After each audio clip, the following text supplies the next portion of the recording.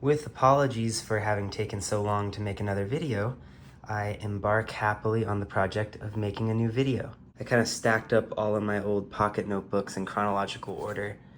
There are a bunch that I left out. I've talked about it in other videos, but I've been doing this practice of keeping a pocket notebook. I usually keep it in my left pocket. I keep it usually on the other side of my wallet, so it goes leg, wallet, and then pocket notebook.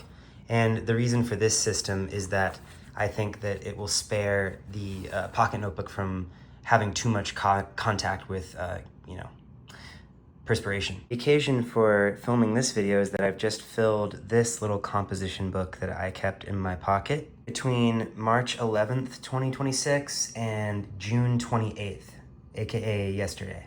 The picture of dogs here on the front is one of my favorite design choices I've ever made with one of these, and I am astounded by how long it has lasted here. You can see that like other parts of the cover have totally worn down, but then there's not even tape over most of this image of dogs. It's just something that I found in an old National Geographic.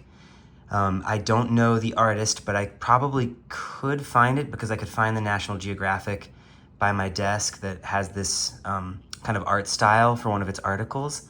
And I could look to see where a little square of the dog picture is missing.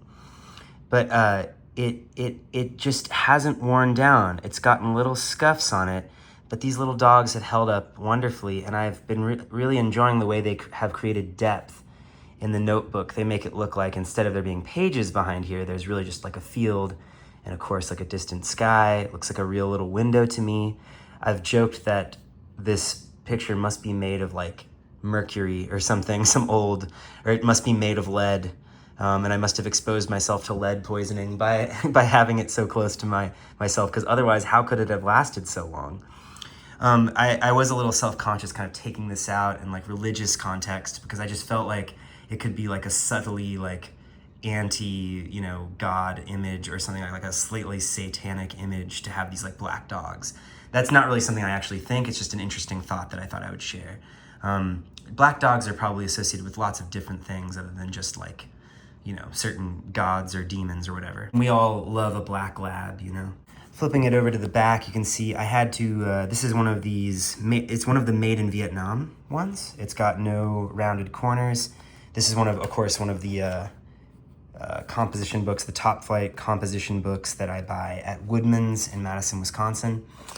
This back of the book really took a bunch of beatings. I had to kind of reconstruct corners with tape a lot of the time, although I kind of like the way when you reinforce it with tape, it gives it this like indestructible laminated protected feeling. So I'm kind of eager, whenever I get like a folded up corner or a tear somewhere, I'm generally pretty eager to throw some tape on the thing because I like adding armor to the construction. And it also kind of endears me to the book, having done some sort of repair on it, endears it to me.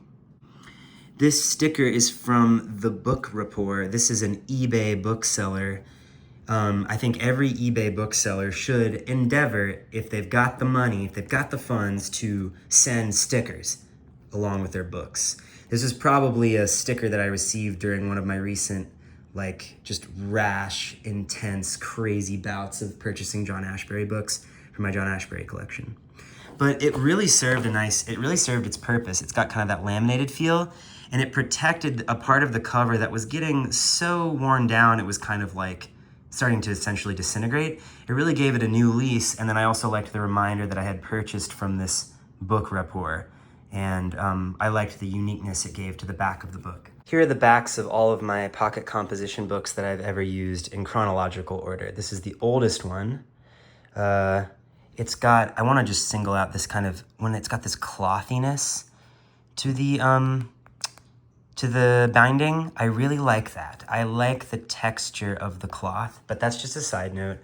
You can see I felt I had to use a sticker to reinforce, or maybe I just really liked the Grillo's Pickles sticker that came off of the cover off of the lid of a jar of Grillo's Pickles. Here's a jar of Grillo's Pickles, and it's almost done. I really like the pickles.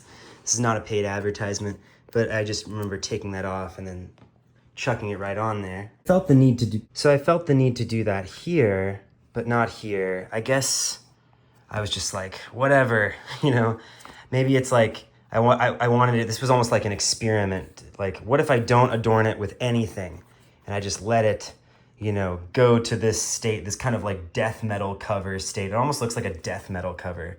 Looks like this poor notebook has been dragged over the concrete or something like that. I just want to say, yeah, so I think putting the dogs on the front might have been a callback to how much I loved taping on this pigeon that I taped on here. I remember when I put this on, I really loved the way the blue worked, the way there was blue outside and then blue inside in the silhouette of this pigeon picture. And then of course, the script is really the icing on the cake. You can see that there is no script on here. It's really cool if you can find printed script. That's a cool kind of, it adds an extra layer. It's like, it looks like handwriting, but it's got all of the benefits of the permanentness of print. But you can see here, wait, I actually in this set don't have the pocket notebook that I grew up using. I remember, so this kind of notebook, the pocket composition notebook that you hear me talk about ad nauseum, is a kind of notebook that I have a real sentimental attachment to, I would say, because of this poetry camp that I went to in middle school that was taught by a great poet named Joshua Robbins. And he basically just said, hey guys, you know, you want to write poems, here's some things to think about. And I remember one thing he told us to think about was that poems could have a beginning, middle, and end. Like, in that you could start with something given, like a line or an image or something, some idea you have, treat that as a beginning, expound upon it somehow, you know, I guess like he didn't really, he kind of left us free to interpret like continuation, what else would you call that, development, and then have a conclusion where you just kind of say, having expounded on A by doing B, I'd like to say C. So he told us that, and then he also told us, keep one of these in your pocket and write down things that could be, you know, either germs for a part A or good phrases to try to like wedge into a part C, or cool complicating factors that could be put in as part of a part B, something like that. So I have this sentimental attachment to this kind of notebook. Not to mention that it's only, I think, like $1.50 or maybe $1.99 at the store, and there are just so many pages involved. It's just such a thick book. For some reason, this one feels thicker than the others. In the case of this book, it's because I tore out lots of pages, and I think that's also true here. But I can't really account for the difference in thickness between these two. Really, maybe it's just an illusion. They really are just about the same thickness. However, it's not like outlandish to suspect that maybe the different printers, you know how I always talk about how some are printed and some are made in Vietnam, some are made in actually India, some in China. Like it's not outlandish to think that maybe some people who are printing this same kind of pattern with that little blob there and that little blob there on these notebooks are using different papers, slightly different papers from different sources. And you know, having another one of these in my pocket was another delight. You can see here in the back that the paper kind of broke, and so all that was really holding the binding together, if you can see, was just like the tape that was like holding it together there, that was holding the cloth together. My previous notebook had been this field notes book, and I had complaints about this, but looking back, this was just a perfectly fine pocket notebook. I think that I was unfair in my initial review because I so much liked the what was printed, the design printed on these. And I was kind of bitter that it had faded at all. Although the fading, I think, looks cool in retrospect. It looks just fine. But I have you know, this thing that I do where I put in words that I came across while I was using the book, and I continued that here. Here I came up with haruspicate, ergodic literature, the animal arraya, and supererogatory. I think haruspicate is the one that I remember most. I think it's a kind of divination that involves the innards of some animal as they've like fallen out of that animal or something. Sorry for the the gruesomeness of that, but I saw that somewhere. I think it was actually in an Ashbery poem maybe, and then I had to save it. This Panda Express fortune that I glued in actually turned out to be true, not only for me, but for many people that I know. There was a sudden change in plans that would test everyone's adaptability. There have been, just some health things lately in my circle, and health is the thing that suddenly changes one's plans more than just about anything else. Sudden changes in the health of a family member. That tests one's adaptability. So good on you, Panda Express, for reading the room. Wisconsin sticker in the front and this Pennsylvania sticker in the back come from a sticker sheet that my grandmother owned.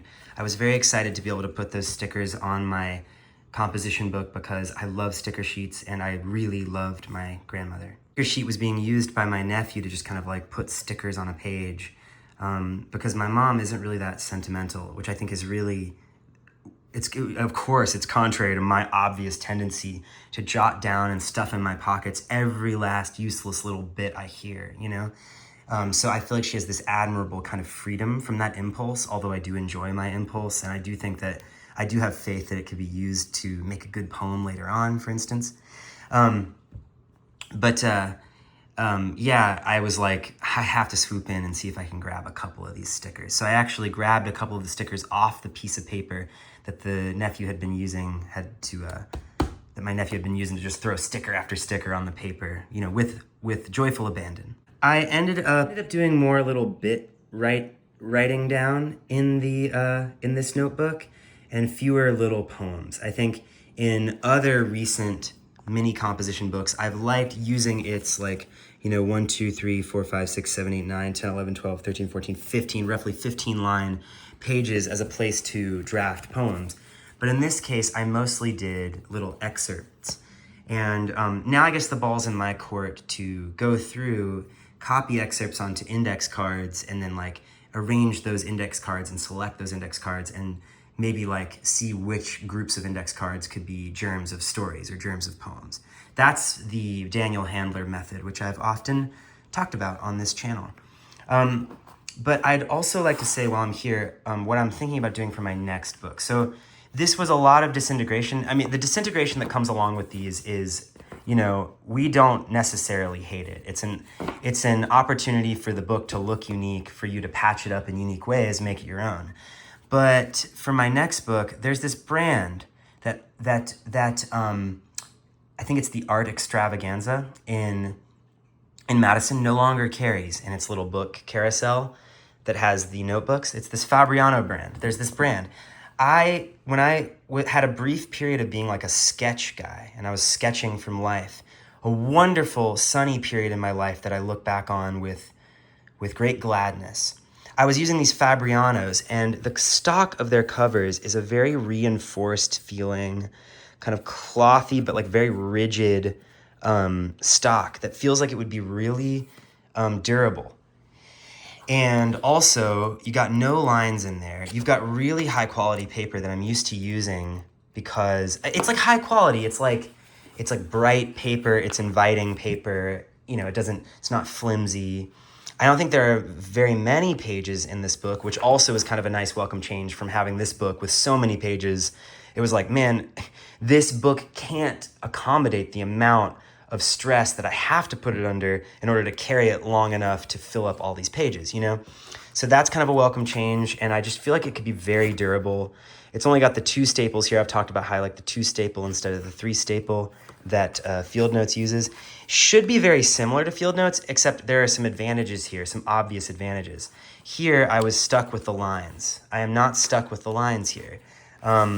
Here, I had the brand name much bigger on the front. Here, it's much smaller, and it's less ostentatious, and maybe in the Midwest, less hackneyed. And then also, made in Italy. We like Italy, although why isn't Italy in the World Cup, So there are a lot of advantages that I think this can enjoy. It's Field Notes was kind of tall. This one's also going to be tall. It's the exact same dimensions as the Field Notes, bang on the exact same dimensions. Even the edge looks the exact same. But yeah, this is what I'm thinking of using next. And so that's a bit about why I'm going to select this Fabriano for my next book. But really, as all kind of diarists and like note takers know, it's just a great pleasure to have a personal book, this book that basically speaks only to you, but speaks really strangely and beguilingly only to you. It's a joy to have it join the kind of pantheon of other books that contain, pieces of your life that would have kind of fallen through the strainer otherwise. For people who like that kind of thing, I'm sure there's lots of people who would look at that and see a kind of mental disorder. That's a bit much. I think it's generally a good practice, and as W.G. Sebald said, there must be a mania for shoving things in one's pockets.